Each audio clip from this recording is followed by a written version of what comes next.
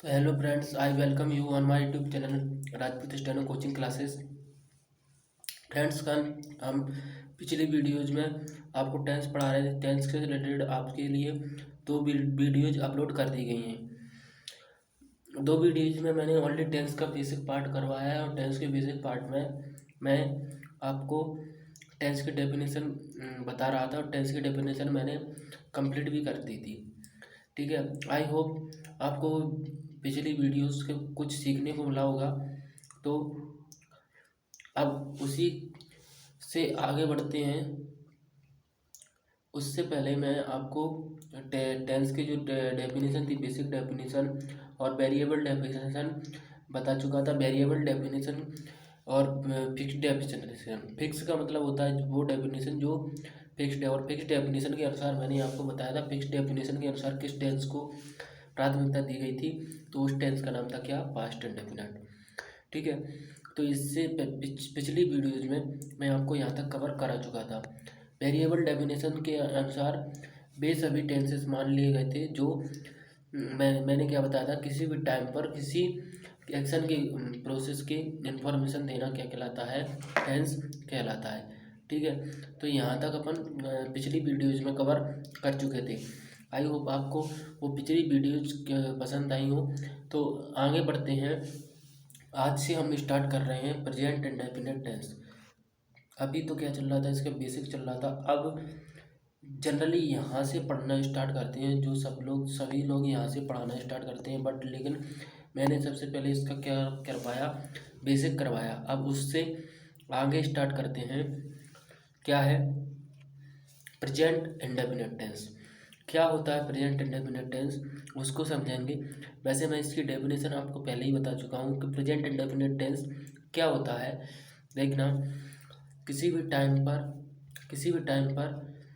Tense की परिभाषा क्या थी? किसी भी टाइम पर किसी एक्शन के बारे में क्या देना, इन्फॉर्मेशन देना, क्या कहलाता है? टेंस कहलाता है। अभी मैं प्रेजेंट इंडेफिनिट की बात नहीं कर रहा हूँ, ओनली टेंस की। अब बात करते हैं प्रेजेंट इंडेफिनिट टेंस की। तो इसके लिए आपको सबसे पहले इसके स्ट्रक्चर ध्यान में कर लेना है, पहली बात तो। और दूसरी बात, इसकी जो मैं डेफिनेशन बताऊंगा वो डेफिनेशन थोड़ा हटके होगी। वो रटी रटाई डेफिनेशन नहीं करवाई जाती है यहाँ पर कि आपसे बोल दिया जाए कि जिस टेंस के अंत में ता है, ती है, ते है आते हैं, वो टेंस क्या कहलाते हैं? प्रेजेंट इंडेफिनिट टेंस कहलाते हैं। बिकॉज यहाँ पर ऐसा नहीं है। यहाँ पर मैंने इस डेफिनेशन को कुछ अलग तरीके से क्या किया है? रिप्रेजेंट किया है। ठीक है, तो इसको समझने की कोशिश करेंगे। सबसे पहले मैं आपको इसका अफर्मेटिव स्ट्रक्चर बता देता हूँ। अफर्मेटिव का मतलब होता है सकारात्मक। ठीक है, इसी को हम पॉजिटिव स्ट्रक्चर भी बोल सकते हैं। तो अफर्मेटिव स्ट्रक्चर में क्या होता है? इसमें सबसे पहले क्या आता है? सब्जेक्ट। सब्जेक्ट के बाद क्या मौजूद होती है? वर्ब।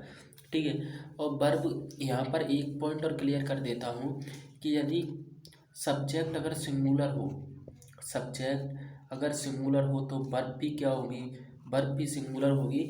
और अगर सब्जेक्ट प्लूरल होगा तो वर्ब भी क्या होगी? प्लूरल होगी। तो इसी कॉन्सेप्ट के आधार पर अपना पूरा का पूरा टेंस क्या हुआ है?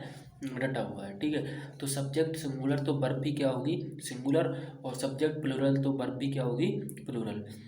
ठीक है, तो यहाँ पर सब्जेक्ट सिंगुलर का मतलब है कि यदि सब्जेक्ट की संख्या वन है तो सिंगुलर है। मतलब वन को क्या माना जाता है? सिंगुलर। और मोर देन टू को क्या माना जाता है? प्लूरल। यानी कि कहने का मतलब दो या दो से अधिक को क्या माना जाता है? प्लूरल।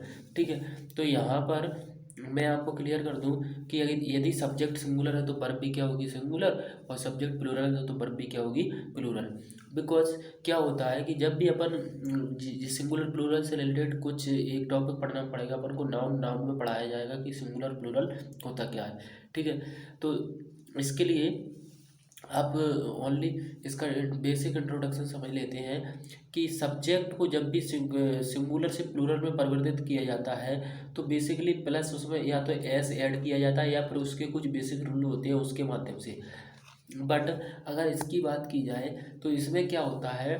वर्ब में वर्ब हमेशा प्लूरल रहती है, बट इसको सिंगुलर बनाने के लिए उसमें या तो एस ऐड करते हैं या फिर ई एस। तो या तो एस ऐड किया जाता है या फिर ई एस। किसमें? वर्ब में या तो एस ऐड करेंगे या फिर ES। ठीक है, तो वर्ब में किसको ऐड करती है, या तो ES ऐड करते हैं या फिर ES। अब उसी प्रकार इसका नेगेटिव पॉइंट भी देख लेते हैं। नेगेटिव पॉइंट क्या होता है, नेगेटिव में कुछ नहीं होता, नेगेटिव में इसमें डू और डज का प्रयोग कर लेते हैं। अब डू और डज का प्रयोग कैसे कर लेते हैं, सब्जेक्ट के बाद देखना, सब्जेक्ट के बाद आपको क्या मिलेगा, सब्जेक्ट के बाद मिलेगा क्या, डू। सब्जेक्ट के बाद मिलेगा डू, ठीक है, या फिर डज मिलेगा, फिर उसके बाद नॉट मिलेगा, और फिर उसके बाद वर्ब की फर्स्ट फॉर्म। वर्ब की फर्स्ट फॉर्म मैंने ऑलरेडी आपको बता रखी है कि वर्ब की फर्स्ट फॉर्म होती क्या है। ठीक है, तो डू या डज।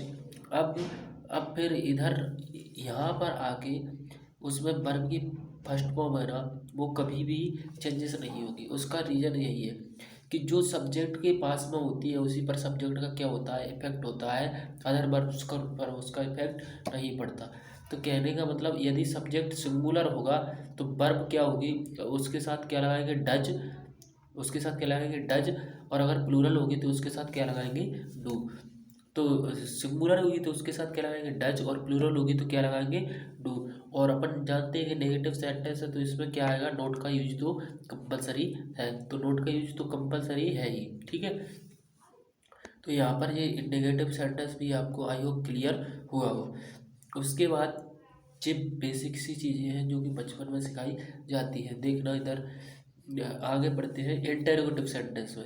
इंटरोगेटिव सेंटेंस में क्या होता है, अपन डू या डज को आगे रख देते हैं क्योंकि ये हेल्पिंग वर्ब से मैं पहले ही बता चुका हूँ कि अपने तीन जो टेंस होते हैं ना वो ओनली बेसिकली इन सभी हेल्पिंग वर्ब्स पर चलते हैं। ठीक है, तो बात करते हैं किसकी, इंटरोगेटिव टेंस की। तो इंटरोगेटिव में क्या होता है, इसमें बेसिकली कुछ नहीं होता है। इसमें क्या होता है, डू या डज को अपन आगे रख देते हैं, फिर उसके बाद सब्जेक्ट, सब्जेक्ट के बाद वर्ब की फर्स्ट फॉर्म, और बाद में क्वेश्चन मार्क जरूर लगाइएगा। ठीक है, तो यहाँ पर क्या हो जाता है, इंटरोगेटिव सेंटेंस अपना फिनिश हो जाता है। तो इंटरोगेटिव सेंटेंस में कुछ नहीं है, डू या डज को हेल्पिंग वर्ब को आगे रिप्रेजेंट कर दो, और उसके बाद क्या हो जाता है अपना वो सेंटेंस खत्म। फिर उसके बाद आता है कौन सा, इंटरोगेटिव प्लस नेगेटिव। तो उसमें भी कुछ नहीं है, डू या डज को आगे रखो, और फिर उसके बाद क्या लगा दो, नॉट लगा दो, और उसके बाद वर्ब की फर्स्ट फॉर्म भरो, उसके बाद क्वेश्चन मार्क। तो यहाँ पर ये बेसिक सी पॉइंट है जो आपको बचपन में भी पढ़े होंगे और अभी भी पढ़ रहे हैं। ठीक है, तो यहाँ पर मैंने आपको जो प्रेजेंट इंडेफिनिट की स्ट्रक्चर है उनसे रिलेटेड आपको इन्फॉर्मेशन दे दी है। आई होप आपको ये वीडियो अच्छा लग रहा हो। चलिए तो आगे बढ़ते हैं। इसमें क्या होता है देखना, इसका मैंने जो इसकी जो डेफिनेशन लिखने की कोशिश की है, देखना इसमें लिखा है मैंने नोट में, प्रेजेंट टाइम में चलने वाली वह प्रोसेस जो निर्धारित ना हो उससे बने टेंस को ही हम क्या कहते हैं, प्रेजेंट इंडेफिनिट। मतलब निर्धारित मैंने पहले ही बताया था, डेफिनेशन जो निर्धारित नहीं होती उसे हम क्या कहते हैं, इंडेफिनिट। तो उसे ही हम क्या कहते हैं, प्रेजेंट इंडेफिनिट टेंस कहते हैं। प्रेजेंट इंडेफिनिट टेंस की एक और जो डेफिनेशन सभी लोगों को रटाई जाती है उसका नाम है क्या, उसका नाम है क्या होता है उसका नाम, अगर मैं आपको बताऊं तो उसका नाम है ता है ती है, जो बाद में बताई जाती है, लेकिन वो वाली डेफिनेशन मॉडर्न इंग्लिश में वर्क नहीं करती है। ठीक है, अब इसमें क्या होता है, देखो एक और यहीं पर एक और एग्जाम्पल सीख लेते हैं अपन कि बेसिकली क्या होता है, जनरली लोगों को ओनली यही पता होता है कि भैया अगर बॉज और बर आएगी तो हमेशा, या फिर सॉरी एज और is and is am are आएगी तो हमेशा कॉन्टिन्यूस टेंस होगा। ऐसा नहीं है, जैसे मैंने बोल दिया he is he is my friends, तो ही इज माई फ्रेंड्स, बताइए इसमें कौन सा टेंस है। तो आप 90% लोगों का आंसर यही आएगा कि यह कौन सा टेंस है, कॉन्टिन्यूस टेंस। बट ये कॉन्टिन्यूस टेंस नहीं है, क्योंकि मैंने कल ही बताया था आपको एज का मतलब क्या होता है।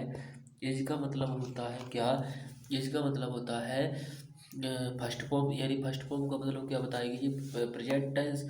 और जब इसके बाद कोई टेंस और कोई वर्ब मौजूद नहीं है जो कि इसकी प्रोसेस को निर्धारित कर पा रही है, तो वो क्या है, निर्धारित नहीं किया जा रहा है, इसलिए क्या हो गया ये इंडेफिनिट। तो टेंस कौन सा बन गया, प्रेजेंट इंडेफिनिट। तो यहाँ पर प्रेजेंट इंडेफिनिट की helping verb is am are भी हो सकती है।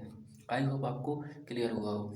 तो प्रेजेंट टाइम में चलने वाली वह प्रोसेस जो निर्धारित ना हो उससे बने टेंस को ही हम क्या कहते हैं, प्रेजेंट इंडेफिनिट टेंस कहते हैं। ठीक है, अब इसके जो एग्जाम्पल मैंने लिख रखे हैं उनको समझते हैं। दे गो देयर, वे वहाँ जाते हैं। तो इस प्रकार से अपन देखो, दे गो देयर, दे क्या है, प्लूरल, दे क्या है, प्लूरल, और दे क्या है, प्लूरल। तो प्लूरल के लिए वर्ब कौन सी आएगी, प्लूरल, मैंने पहले ही बता दिया है, वर्ब जो ऑलरेडी प्लूरल मतलब वर्ब पहले से ही क्या होती है, प्लूरल। तो वर्ब अपनी जगह सही है, they go there, he goes to, sorry to नहीं लगाएंगे यहाँ पर, क्योंकि अब इसके बारे में मैं आपको प्रोपोजिशन में बताऊंगा। टू इसलिए नहीं लगाते क्योंकि देयर क्या है, एक एडवर्ब है, और एडवर्ब के लिए अपन टू का प्रयोग नहीं कर सकते। ठीक है, तो he goes there, they do not go there. तो दे डू नॉट, ये मैंने नेगेटिव का बना दिया, स्ट्रक्चर के जो बनाए थे। He does not come here, ठीक है, he does not come here, तो ही के लिए डज ही लगाएंगे क्योंकि ही तो अकेला होता है ना।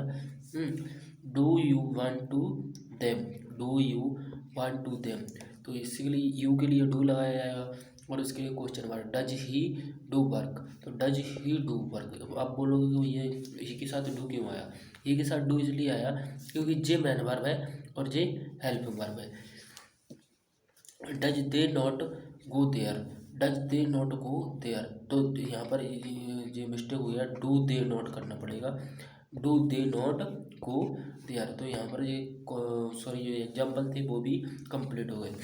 अब अपन पढ़ेंगे इसको कॉन्सेप्ट वाइज। कॉन्सेप्ट वाइज का मतलब होता है इसमें कोई रूल रपाड़े में रिवाइज नहीं करवाता, बट इसमें क्या है, कॉन्सेप्ट से जो भी चीज़ें कॉन्सेप्चुअल हैं उनको पढ़ने की कोशिश करेंगे। ठीक है, तो पहला कॉन्सेप्ट है अपना, ओनली यही कॉन्सेप्ट रिवाइज करवा रहा हूँ मैं आपको, फिर उसके बाद अपन नेक्स्ट वीडियो में बात करेंगे। ठीक है, तो पहला कॉन्सेप्ट है, प्रेजेंट इंडेफिनिट टेंस हमेशा आदत को दिखाता है। आदत का मतलब होता है एक रूटीन या फिर आदत है, हैबिट मान के चलो, मैं मंदिर जाता हूँ, तो ये तो मेरा क्या है, एक रूटीन है। बट लेकिन अगर मैं आदत की बात करूँ तो आदत का मतलब होता है मैं रोज़ाना सुबह जल्दी उठता हूँ, तो जी मेरा क्या है, हैबिट है एक। तो हैबिट का मतलब होता है, हैबिट को शो और रूटीन को शो कौन करता है, तो अपना कौन सा टेंस करता है, वो प्रेजेंट इंडेफिनिट। ठीक है, जैसे फर्स्ट एग्जांपल में मैंने लिखा है, they use to take tea in the morning.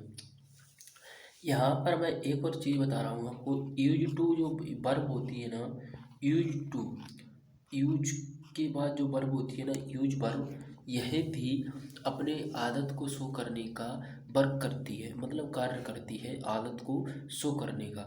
तो यहाँ पर ऑलरेडी पहले से ही आदत शो की जा रही है, किसके द्वारा, प्रेजेंट टेंस के द्वारा। तो जब भी दो चीज़ें एक जैसी मिल जाती हैं तो उसे हम बोलते हैं सुपरफ्लुअस। क्या बोला जाता है, सुपरफ्लुअस। तो यहाँ पर क्या हो जाता है कि यहाँ पर क्या हो जाता है कि यूज टू है ना, जब ये दोनों एक साथ आ जाते हैं और प्रेजेंट टेंस में यूज टू का प्रयोग नहीं किया जाता, यही कारण है, क्यों, क्योंकि ये दोनों क्या हो जाते हैं, रॉन्ग हो जाते हैं दोनों आकर के। ठीक है, अब इस सेंटेंस को ऐसे लिखा जा सकता है, they take tea in the morning. तो ऑलरेडी सो हैबिट, क्योंकि ये पहले से ही हैबिट दिखा रहा है, इसलिए अपन इसके लिए यूज का प्रयोग, यूज टू का प्रयोग नहीं करते। जैसे एक और लिखा है, I wake up early in the morning, I wake up early in the morning. तो I wake up early in the morning, यहाँ से एक और कॉन्सेप्ट है। तो अब दूसरा लिखा मैंने, I use to wake up early in the morning. तो यूज टू लगाने की कोई ज़रूरत नहीं है क्योंकि यह टेंस पहले से ही इसको दर्शाता है, हैबिट को दर्शाता है। ठीक है, तो यहाँ पर ये वाली बात भी क्या हो गई, क्लियर हो गई। एक और कॉन्सेप्ट जो रह गया है उसको हम कब कब पढ़ेंगे, अब कल। तब तक के लिए धन्यवाद। आई होप आपको वीडियो पसंद आया हो, और सभी के लिए happy new year. Thanks for watching this video. मिलते हैं नेक्स्ट क्लास में। Thanks for